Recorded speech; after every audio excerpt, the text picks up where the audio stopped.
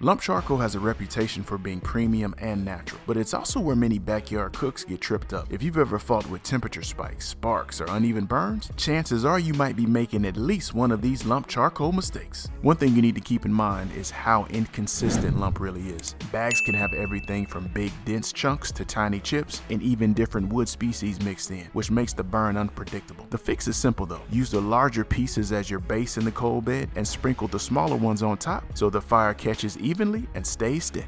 Another pitfall you have to be on the lookout for is simply treating lump charcoal the same way you do briquettes. Lump burns hotter and faster, so piling it in too heavy will send your temperature soaring in minutes. The smarter move is to start lighter and build your fire with intention and don't overdo it. Always remember that adequate airflow makes the difference between smooth sailing and chasing temperatures all night. Now lump breathes unevenly and those odd-sized pieces create hot spots if you don't shape the fire. So be sure to maintain your coal bed and use structured fire setup techniques like bank coals and the minion method. They're going to help ensure the coals are getting enough oxygen and your fire is burning nice and clean. Another mistake you'll see some folks make is believing every bag of lump charcoal is the same. Some labels may promise all natural or premium hardwood, but the reality is some brands cut corners with scraps or softwood. Going too cheap comes with a price, so it pays to source your lump from reputable brands that deliver consistent quality. And here's one of the biggest myths you'll hear when it comes to lump charcoal. It's that lump automatically guarantees better flavor. Now I'm going to be straight up with you. Without technique and balance, you'll get bitter smoke or wasted heat. Because the real secret is fire control. Because flavor comes from how you manage the fire and not just simply what you burn.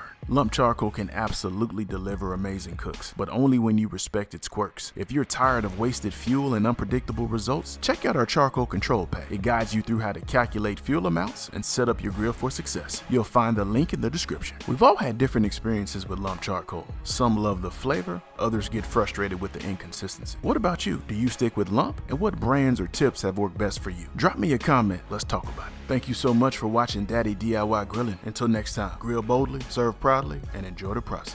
I want to give a big shout out to our channel members. It's because of your generous support that we're able to keep creating and sharing these grilling resources. You're a huge part of this community, and we couldn't do it without you.